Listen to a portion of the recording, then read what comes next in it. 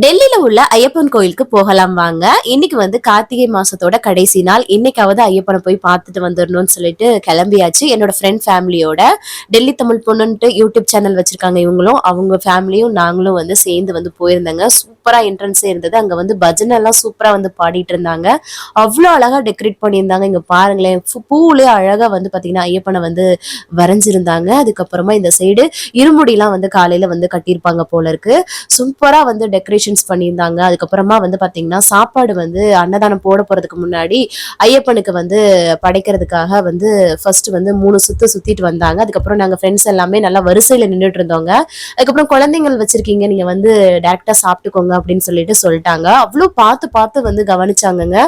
ரொம்ப நல்லா இருந்தது. சூப்பரா பிரசாதம் எல்லாமே சாப்பாடு வந்து மீல்ஸுங்க, செம்மையா சாப்பிட்டுட்டு அதுக்கப்புறம் வீட்டுக்கு வந்துட்டோம். சூப்பரா இருந்தது இன்னைக்கு டே. தேங்க்ஸ் ஃபார் வாட்சிங். பாய்.